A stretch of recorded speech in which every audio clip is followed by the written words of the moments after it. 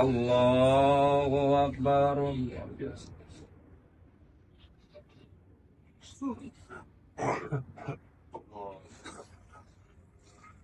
الحمد لله رب العالمين الرحمن الرحيم مالك يوم الدين إياك نعبد وإياك نستعين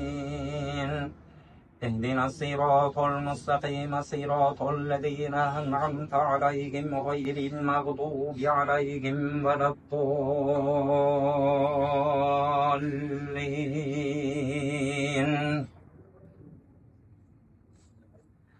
يا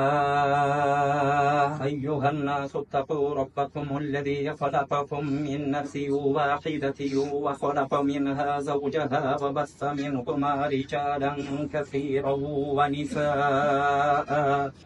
واتقوا الله الذي تساءلون به والأرحام إن الله كان عليكم رقيبا وآتوا اليتامى أموالكم ولا تتبدلوا الخبيث بالطيب ولا تأكلوا أموالكم إلى أموالكم إنه كان حوبا كبيرا وإن خفتم ألا تقسطوا في اليتامى فانكحوا ما طاب لكم من النساء مثنى وثلاث ورباع فإن خفتم ألا تعدلوا فواحدة أو ما ملكت أيمانكم ذلك أدنى ألا تعولوا وآتوا النساء صدقاتهن نحلة فإن طيبن لكم عن شيء منه نفسا فكلوه هنيئا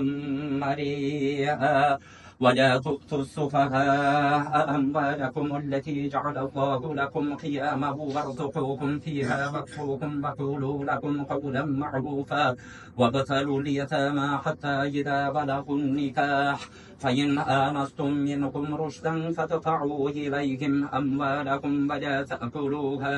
إسرافا وبدارا أن يكبروا ومن كان غنيا فليستعفف ومن كان فقيرا فليأكل بالمعروف فإذا دفعتم إليهم أموالكم فأشهدوا عليهم وكفى بالله حسيبا للرجال نصيب مما ترك الوالدان والأقربون وللنساء نصيب مما ترك الوالدان والأقربون مما قل منه أو كثر نصيبا مفروضا وإذا حضر القسمة أولو القربى واليتامى والمساكين فارزقوهم منه وقولوا لهم قولا معروفا وليخشى الذين لو تركوا من خلفهم ذرية ضعافا خافوا عليهم فليتقوا الله وليقولوا قولا سديدا إن الذين يأكلون أموال اليتامى ظلما إنما يأكلون في بطونهم نارا وسيصلون سعيرا يوصيكم الله في أولادكم للذكر مثل حظ الأنثيين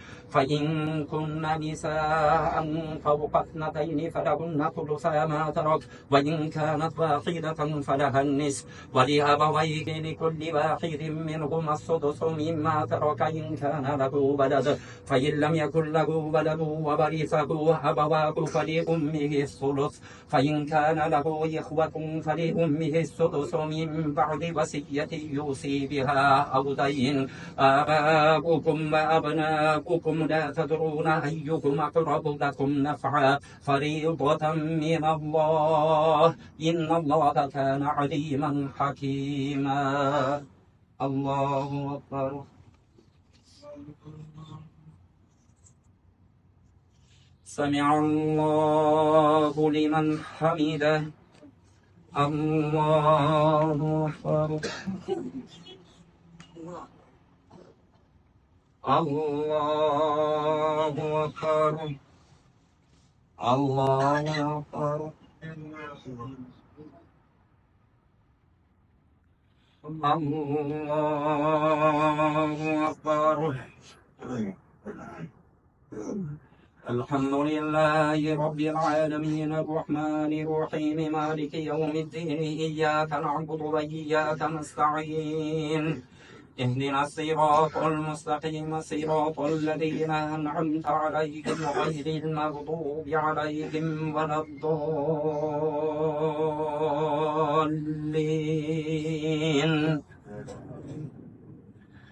ولكم نصف ما ترك أزواجكم إن لم يكن لهن ولد فإن كان لهن ولد فلكم الربع مما تركن من بعد وصية يوصين بها أو دين ولهن الربع مما تركتم إن لم يكن لكم ولد فإن كان لكم ولد فلهن الثمن مما تركتم من بعد وصية توصون بها أو دين وإن كان رجل يورث كلالة أو امرأة وله أخ أو أخت فلكل واحد منهما السدس فإن كانوا أكثر من ذلك فهم شركاء في الثلث من بعد وصية يوصى بها أو دين غير مضار وصية من الله والله عليم حليم تلك حدود الله ومن يطع الله ورسوله يدخله جنات تجري من تحتها الأنهار خالدين فيها وذلك الفوز العظيم ومن يعص الله ورسوله ويتعد حدوده يدخله نارا خالدا فيها وله عذاب مهين واللاتي يأتين الفاحشة من نسائكم فاستشهدوا عليهن أربعة منكم فإن شهدوا فأمسكوهن في البيوت حتى يتوفاهن الموت أو يجعل الله لهن سبيلا واللذان يأتيانها منكم فآتوهما فإن تابا وأصلحا فأعرضوا عنهما إن الله كان توابا رحيما إنما التوبة على الله للذين يعملون السوء بجهالة ثم يتوبون من قريب فأولئك يتوب الله عليهم وكان الله عليما حكيما وليست التوبة للذين يعملون السيئات حتى إذا حضر أحدهم الموت قال إني تبت الآن وللذين يموتون وهم كفار أولئك أعتدنا لهم عذابا أليما يا أيها الذين آمنوا لا يحل لكم أن ترثوا النساء كرها ولا تعضلوهن لتذهبوا ببعض ما آتيتموهن إلا أن يأتين بفاحشة مبينة وعاشروهن بالمعروف فإن كرهتموهن فعسى أن تكرهوا شيئا ويجعل الله فيه خيرا كثيرا الله أكبر سمع الله لمن حمده الله أكبر الله أكبر الله أكبر الله أكبر